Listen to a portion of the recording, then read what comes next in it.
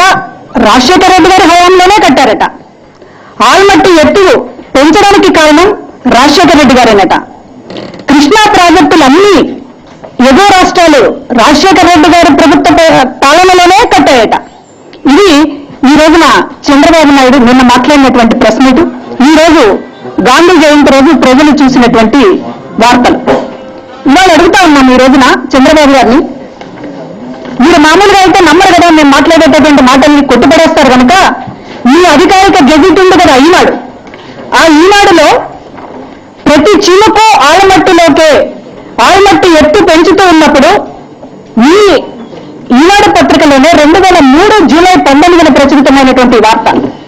అంటే ఆల్మట్టి ఎప్పుడు కట్టారు అనేటటువంటిది ఈ రోజున మళ్ళీ మీకు గుర్తు చేయాల్సి వస్తుంది. మీరు అదే ప్రజలు వెర్రివాళ్ళు మర్చిపోతారు అని చెప్పి మీరు తెల్లారితో అబద్ధాలు అవుతున్నారు కదా, అందువల్ల ఈ కర్మ పడుతుంది మాకు. ప్రతిసారి కూడా ఇలా గుర్తు చేయాల్సినటువంటి పరిస్థితి పడుతుంది. మీరు పెద్ద గది అయిపోయారు కనుక 2003లో మీ అధికారంలో ఉన్నప్పుడు, మీరు ముఖ్యమంత్రిగా ఉన్నప్పుడు చంద్రబాబు గారు, మీరు ముఖ్యమంత్రిగా ఉన్నప్పుడు వచ్చినటువంటి ఈనాడు పత్రిక ఆల్మట్టి ఎత్తు పెంచడం గురించి బ్యానరైటంగా ప్రతి చిలుకు ఆల్మట్టిలోకి వెళ్తుందని ఆందోళన వ్యక్తం చేసినటువంటి విషయం ఒకసారి ఈ రోజున గుర్తు చేస్తున్నాం ప్రజలకి. అంతేకాదు ఆంధ్ర నెత్తిన కర్ణాటక బండ, ఇది కూడా మీ అధికారిక గెజిట్ ఈనాడులోనే 2003 జూలై 5వ తారీఖు పేపర్ ఇది. మరో జలచౌర్యం, కర్ణాటకలో 10 బ్యారేజీల నిర్మాణం, ఇది కూడా 2003 జూలై 23న ఈనాడు కథనం. అంటే కర్ణాటక, మహారాష్ట్ర 2003లోనే ఈ రోజున ఆంధ్ర రాష్ట్రానికి అన్యాయం చేస్తూ అనేక ప్రాజెక్టులు కట్టుకుంటున్నారు, ఆల్మట్టి ఎత్తు పెంచుతున్నారు అని చెప్పి మీరు ముఖ్యమంత్రిగా ఉన్న సమయంలోనే ఘోషించినటువంటి ఈనాడు పత్రిక ఇక్కడ సాక్ష్యంగా ఉండగా, నిన్న మీరు మాట్లాడుతూ రాజశేఖర రెడ్డి గారి హయాంలోనే ఈ రోజున చాలా అన్యాయం జరిగిపోయింది అనేటటువంటిది మాట్లాడుతూ ఉన్నారు. ఈ రాష్ట్రానికి జల వనరులు రాకుండా పాపం ఏదైనా ఉందంటే అది చంద్రబాబు గారు మూట కట్టుకున్నటువంటి పాపమే. బచావ్తో అవార్డు పరిమితి దాటిపోయినప్పటికీ కూడా, దాటిపోతుందని తెలిసి ఎగువ రాష్ట్రాలు తొందరపడిపోయి వాళ్ళకి సంబంధించినటువంటి నీటి కేటాయింపులు ఉపయోగించుకునేలాగా ప్రాజెక్టులు కట్టుకుంటూ ఉంటుంటే, ఈ రాష్ట్రంలో ఒక్క ప్రాజెక్ట్ అయినా కట్టకుండా బచావత్ కేటాయింపులను వినియోగం చేసుకోవడానికి అవకాశం ఉన్నా కూడా దద్దమ్మలాగా గుడ్ల పదించి చూసింది చంద్రబాబు కదా అని అడుగుతున్నాం. ఒక్క ప్రాజెక్ట్ అయినా మీకు ఎందుకు గుర్తులేదు చంద్రబాబు గారు? అప్పుడు పులిచింతలు కట్టాలని కానీ, పోలవరం కట్టాలని కానీ, లేకపోతే ఇంకేదైనా చిన్న ప్రాజెక్టు కట్టాలని కానీ ఎవరు చెప్పారు మీకు? ప్రాజెక్టులు కట్టద్దని మీకు ఏమన్నా ఆదేశాలు ఇచ్చారా కేంద్రం? కేవలం ఇంకుడు గుంతలు కట్టి భాగాలు బదిలించుకోమని మీకు ఎవరైనా ఆదేశాలు ఇచ్చారా? ఒక్క ప్రాజెక్ట్ అయినా కట్టకుండా నీటి కేటాయింపులకు సంబంధించినటువంటి మనకు రావాల్సినటువంటి వాటాను దక్కించుకోవడానికి ఆ రోజు ఏ ప్రయత్నం చేయకుండా ఎగువ రాష్ట్రాలు తొందరపడిపోయి కట్టుకుంటూ ఉంటే, ఆ రోజు ఢిల్లీలో చక్రం తిప్పాలని చెప్పుకుంటున్నటువంటి నువ్వు, ఆ రోజు ఎన్డీఏ ప్రభుత్వంలో కీలకమైనటువంటి భూమిక పోషించాలని చెప్పుకుంటున్నాను నువ్వు, కనీసం ఈ రోజున కృష్ణా డెల్టా ఆ రోజు 2000 నుంచి 2004 వరకు కూడా కృష్ణా డెల్టాలో కనీసం మొదటి పంట కూడా నీరు ఇవ్వలేనటువంటి దౌర్భాగ్యం నువ్వు కదా అని అడుగుతున్నాం. ఈ రోజు మాట్లాడుతున్నారు కృష్ణా డెల్టా ఎలా అయిన దాని గురించి ఈ రోజు మాట్లాడుతున్నారు. కనీసం ఈ హయాంలో మీ ముఖ్యమంత్రిగా ఉన్నప్పుడు కృష్ణా డెల్టాకి మొదటి పంటకు కూడా నీరు ఇవ్వకుండా ఈ రోజున ఎగువ ప్రాజెక్టులు వాళ్ళ కార్యాలను సాధిస్తా ఉంటే, ముఖ్యమంత్రిగా ఉండి చోద్యం చూసి ఈ రోజున అవన్నీ మర్చిపోతారు ప్రజలని, కృష్ణా డెల్టా ప్రజలు మర్చిపోతారు, తెలుగు ప్రజలు మర్చిపోతారు అని చెప్పి ఈ రోజున మాట్లాడుతున్నాం అబద్ధాలు. రాజశేఖర రెడ్డి గారి హయాంలో అన్యాయం జరిగిందని మాట్లాడుతున్నారా?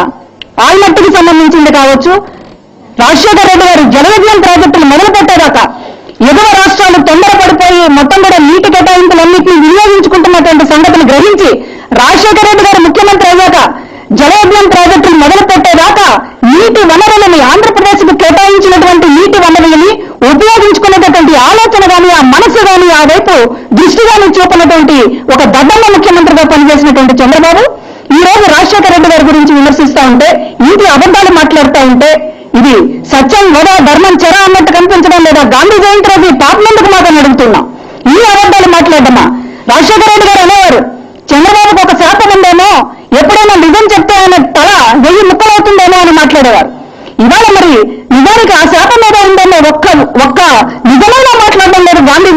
కూడా చంద్రబాబు గారు అని చెప్పేది మాట్లాడుతున్నాం. మరొక విషయం, ఈ రోజున జగన్మోహన్ రెడ్డికి బెయిల్ వచ్చినటువంటి విషయం మీద పదే పదే కుమ్మక్కని మాట్లాడుతూ ఉన్నారు చంద్రబాబు గారు.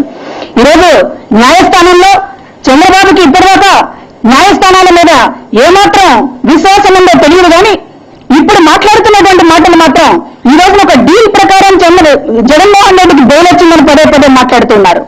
మేము ఒకటే అడుగుతున్నాం, ఈ రోజున న్యాయస్థానాలు ఇచ్చినటువంటి బెయిల్ని ఈ రోజున ఒక డీలు, ఒక కుమ్మక్కు, లేకపోతే ఇంకా అనేక రకాలుగా అంటగడుతున్నటువంటి న్యాయ వ్యవస్థకి, ఇవాళ ఉన్నటువంటి ప్రజల్లో ఉన్నటువంటి నమ్మకానికి కూడా ఈ రోజు తారు పోస్తున్నటువంటి చంద్రబాబు నాయుడికి ఒక మాట మాట్లాడుతున్నాం. న్యాయ వ్యవస్థ న్యాయస్థానం ఇచ్చినటువంటి బెయిల్ను కూడా మీరు వక్రీకరిస్తున్నారు. దీన్ని ఖచ్చితంగా న్యాయస్థానం సుమోటోగా స్వీకరించి చంద్రబాబు వ్యాఖ్యల్ని పరిగణలోకి తీసుకుని ఆయన్ని విచారణ చేయాలి, కేసు పెట్టాలని చెప్పి కూడా మేము కోరుతూ ఉన్నాం. ఎందుకంటే ఈ రోజున మేము 16 నెలలుగా జగన్మోహన్ రెడ్డి గారి నిర్బంధంలో ఉన్నప్పుడు కూడా న్యాయస్థానాల మీద మేము అత్యంత గౌరవంతో మాట్లాడాము. ఏదో ఒక రోజు ధర్మం, న్యాయం గెలుస్తుంది, జగన్మోహన్ రెడ్డి గారికి బెయిల్ వస్తుంది అని చెప్పి మాట్లాడాం. కానీ బెయిల్ వచ్చినటువంటి దాన్ని పట్టుకుని ఈ రోజున 16 నెలల తర్వాత కూడా ఒక సుప్రీంకోర్టు ఆదేశాల ప్రకారం బెయిల్ వచ్చినటువంటి విషయాన్ని ఈ రోజున దాని వెనుక తెర వెనుక జరిగింది అనేటటువంటి మాట్లాడుతూ ఉన్నారంటే ఈ రోజు న్యాయ వ్యవస్థ మీద ఈయనకి ఎంత నమ్మకం ఉందనేటటువంటిది ఈ రోజు న్యాయస్థానాలు కూడా లెక్కలోకి తీసుకోవాలి, పరిగణలోకి తీసుకోవాలి అని చెప్పి కోరుతూ ఉన్నాం. అదేవిధంగా జగన్మోహన్ రెడ్డి గారిని ఎదుర్కోవడానికి మీ దగ్గర ఏమన్నా సత్తా ఉంటే ప్రజల్లో ఎదుర్కొంటామని చెప్పండి. మీరు ఒక పార్టీ అధ్యక్షుడు, 9 ఏళ్లు ముఖ్యమంత్రిగా పనిచేశారు, 9.5 ఏళ్లుగా ప్రతిపక్ష నాయకుడిగా ఉన్నారు. ఇట్లా ఉండి కూడా ఈ రోజున జగన్మోహన్ రెడ్డి గారికి 3 నెలల్లో రావాల్సినటువంటి బెయిల్ 16 నెలల తర్వాత వచ్చినప్పటికీ కూడా బెయిల్ రాకూడదు, జైల్లోనే ఉండాలి అని చెప్పి మాట్లాడుతున్నారే. ఇవాళ మీరు ఒక పార్టీ, దానికి బదులు నేను ఒక పార్టీ అధ్యక్షుడిని, ఈ రాష్ట్రానికి ముఖ్యమంత్రిగా పనిచేసినటువంటి వ్యక్తిని, జగన్మోహన్ రెడ్డి గారిని తప్పు చేసింటే న్యాయస్థానాల్లో విచారించి శిక్షించండి, కానీ నేను ఆయన ప్రజల్లోనే ఎదుర్కొంటానని ఒక్క మాట కూడా నేను మాట్లాడలేదే చంద్రబాబు? ఈ 35 ఏళ్ల రాజకీయ జీవితం ఆ మాట అనడానికి సరిపోవడం లేదా? చేత కావడం లేదా? కళ్ళు చేతులు వణుకుతున్నాయా? జగన్మోహన్ రెడ్డి గారిని ప్రజల్లో ఎదుర్కొంటానని ఒక్క మాట అనడానికి అంత వణుకెందుకు వస్తుంది? ఈ రోజున మాట్లాడుతూ ఉన్నారు, కుమ్మక్కల గురించి మాట్లాడుతూ ఉన్నారు. కుమ్మక్కల గురించి మాట్లాడే అర్హత చంద్రబాబు మీకు ఉందా అని అడుగుతున్నాం. ఎవరితో కలిసిపోయారు? మా పార్టీ పుట్టి, వైఎస్ఆర్ కాంగ్రెస్ పార్టీ పుట్టి 2 ఏళ్ళు అయింది, 2.5 ఏళ్ళు. దాదాపుగా 2 పార్లమెంటు స్థానాలని, 18 అసెంబ్లీ స్థానాలని ఒంటరిగా ఏకచేత్తో నెట్టుకొచ్చినటువంటి, గెలిచినటువంటి చరిత్ర వైఎస్ఆర్ కాంగ్రెస్ పార్టీది. కానీ మీ చరిత్ర, మీరు చెప్పుకుంటున్నటువంటి ఘనమైన రాజకీయ చరిత్ర, ఎన్టీ రామారావు గారిని వెన్నుపోటు పొడిచిన తర్వాత ఏ ఎన్నికలోనైనా సరే, ఏ జనరల్ ఎన్నికలోనైనా సరే మీరు ఒక్కళ్ళుగా, ఒంటరిగా పోటీ చేశారా చంద్రబాబు గారిని అడుగుతున్నాం. మీ జీవితం అంతా ఎత్తులు, పొత్తులు, జిట్టులే తప్ప మీరెక్కడైనా సూటిగా వ్యవహరించినటువంటి రాజకీయ చరిత్ర ఉందా చంద్రబాబు అని మాట్లాడుతున్నాం. ఈ రోజున 28వ తారీఖు చంద్రబాబు గారు పెట్టినటువంటి ప్రెస్ మీట్ లో ప్రత్యర్థులపైన సిబిఐని ఉపయోగిస్తారు, లొంగ తీసుకుంటారు, అవినీతి పనులను కాపాడుతారు అని చెప్తున్నాడు చంద్రబాబు గారు. అంటే రాజకీయ ప్రత్యర్థుల మీద సిబిఐని ఉపయోగిస్తారని మీరు ఒప్పుకున్నారు. మరి జగన్మోహన్ రెడ్డి గారి మీద సిబిఐని ఎందుకు ఉపయోగించారు? మీ మీద ఎందుకు ఉపయోగించలేదు? అంటే మీరు రాజకీయ ప్రత్యర్థి లిస్టులోకి లేరా? మీరు ఇంతగా కాంగ్రెస్ పార్టీతో అంటగాగిన తర్వాత అవినీతి పనులను కాపాడుతారు కాంగ్రెస్ పార్టీ అని చెప్పుకుంటున్న తర్వాత మీ మీద ఇన్ని కేసులు పెండింగ్ లో ఉన్నాయే. ఐఎంజీ భారత కేసు, ఎంఆర్ కేసు, ఇంకా అనేక రిపోర్ట్లు ఉన్నాయి, ఇంకా income tax, central vigilance commission, వీటన్నిటి రిపోర్ట్లు ఉన్నాయి, మీ మీద ఆధారాలు ఉన్నాయి. అయినా కూడా మీ మీద ఈగ వాలకుండా ఉంది అంటే మీరు చెప్పినట్లుగా మీరు రాజకీయ ప్రత్యర్థులు కావాలన్నమాట కాంగ్రెస్ పార్టీకి. అవినీతి పనులను సహించరు అని చెప్తున్నటువంటి మీరు ఈ అవినీతిని ఇంతగా కాంగ్రెస్ పార్టీ సహిస్తోంది అంటే, మీ మీద ఒక్క ఎంక్వైరీకైనా ఆదేశించకుండా మిమ్మల్ని కాపాడుతుంది అంటే, ఇవాళ మీరు కాంగ్రెస్ పార్టీకి ఎంత మిత్రులుగా ఉన్నారో వేరే చెప్పాలని అడుగుతున్నాం.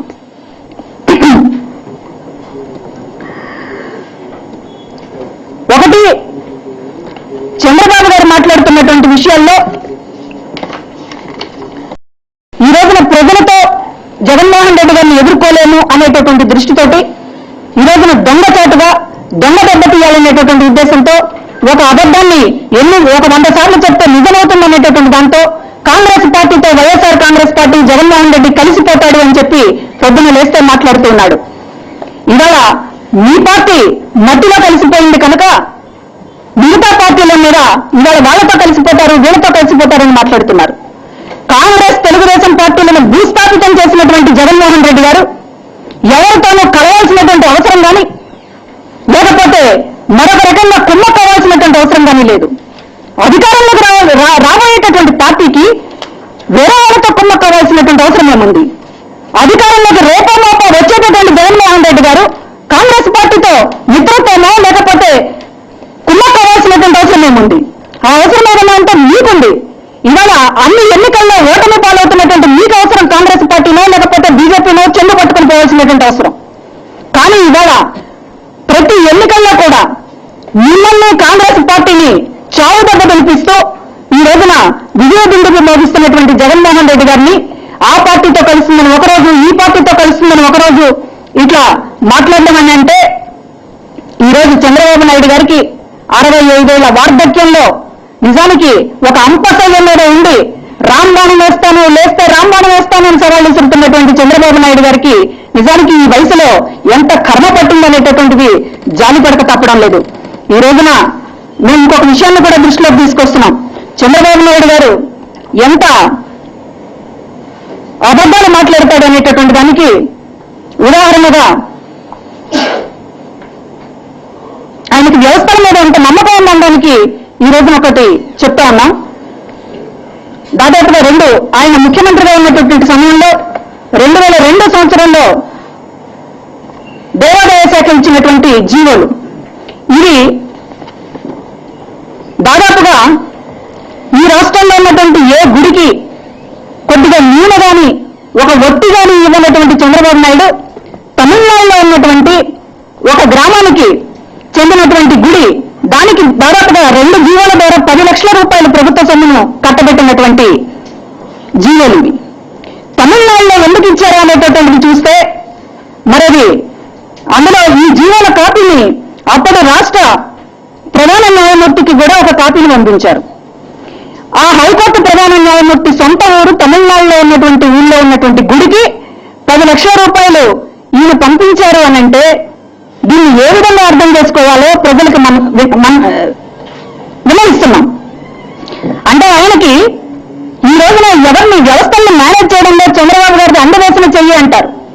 మరి ఈ రకమైనటువంటి జీవాలు ఇచ్చినటువంటి చంద్రబాబు నాయుడు ఆ కాపీలను ఎందుకు స్పెసిఫిక్ గా పంపించారు అనేటటువంటిది ప్రజలకి విద్యుత్తుగా వదిలేస్తున్నాము. ఈ విషయాన్ని వాళ్ళు ఆలోచించుకోవాలని చెప్పి కోరుతూ ఉన్నాం.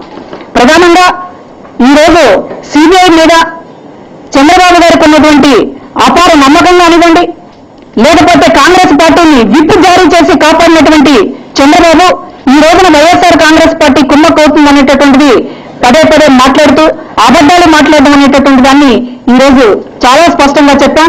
ఆల్మట్టి ఎత్తు పెంచడం దగ్గర నుంచి ఈ రోజు జగన్మోహన్ రెడ్డి గారి మీద ప్రతి విషయాన్ని కూడా 100కి 100% అబద్ధాలు మాట్లాడుతున్నటువంటి చంద్రబాబు నాయుడు ఈ రోజు గాంధీ జయంతి రోజున సత్యాన్ని కనీసం ఈ రోజైనా సత్యం మాట్లాడతాడేమోనంటే పోయి ఢిల్లీలో కూడా ఈ రోజున సత్యం కూడా ధర్మించారు అనేటటువంటి ఉపన్యాసాన్ని ఇస్తా ఉన్నాడు. ఇవాళ గాంధీ జయంతి రోజు గాడ్సే స్పీచ్ ఎలా ఉంటుందో ఆరోజే గాంధీ ప్రాణమైనటువంటి సత్యం మాట్లాడాలి అనేటటువంటి దానికి తూట్లు పడుస్తూ ఎప్పుడు అసత్యాలు అబద్ధాలు మాట్లాడేటటువంటి ఈయన ఒక ముఖ్యమంత్రి స్థాయిలో పనిచేసినటువంటి వ్యక్తి ఈ రోజు మాట్లాడుతున్నటువంటి అబద్ధాలు ఖచ్చితంగా గాంధీజీ సిద్ధాంతాలకి హత్య చేసినట్లే. గాంధీజీ మూల ప్రాణమైనటువంటి ఈ రోజున సత్యాన్ని ధర్మాన్ని కూడా చెరపడుతూ చంద్రబాబు పొద్దున లేస్తే మాట్లాడుతున్నటువంటి అబద్ధాలకి ఇకనైనా కూడా పులి స్టాప్ పెట్టాలని చెప్పి కోరుతూ ఉన్నాం.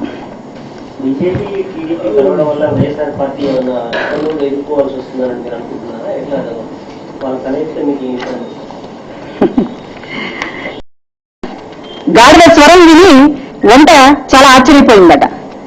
అలా వీళ్ళిద్దరికి సంబంధించినటువంటి ఒకళ్ళంటే ఒకళ్ళకి ఏంటో ప్రజలకు బాగా తెలుసు. కాబట్టి వీళ్ళిద్దరు కలిసినా ఏదో చేస్తారనేటటువంటిది తెలుగు ప్రజలకు ఏంటో మరింత చెప్పాల్సినటువంటి అవసరం ఏం లేదు.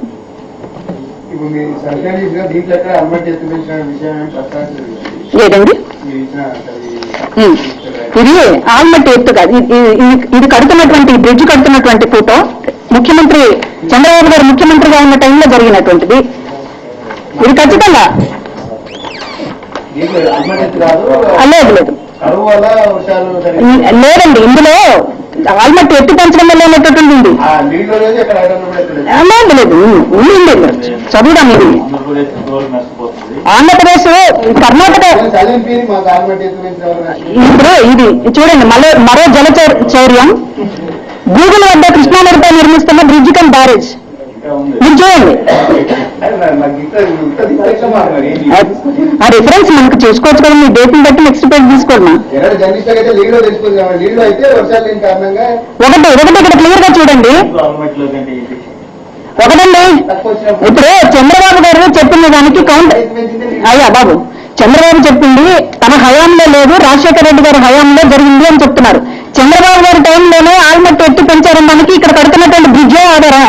2003 పేపర్లోనే ఇక్కడ కడుతున్నటువంటి బ్రిడ్జ్ ఫోటోలు మీరు ఈమెయిల్లో వేసుకుని ఇవాళ రాజశేఖర రెడ్డి గారి హయాంలో ఎత్తి పెంచారని మాట్లాడితే అదంతా అబద్ధమైనటువంటి కనపడడం లేదా? రికార్డెడ్గా మీరు రికార్డు సాక్ష్యాలు ఉన్నా కూడా మీరు అబద్ధాలు అడగలుగుతారా?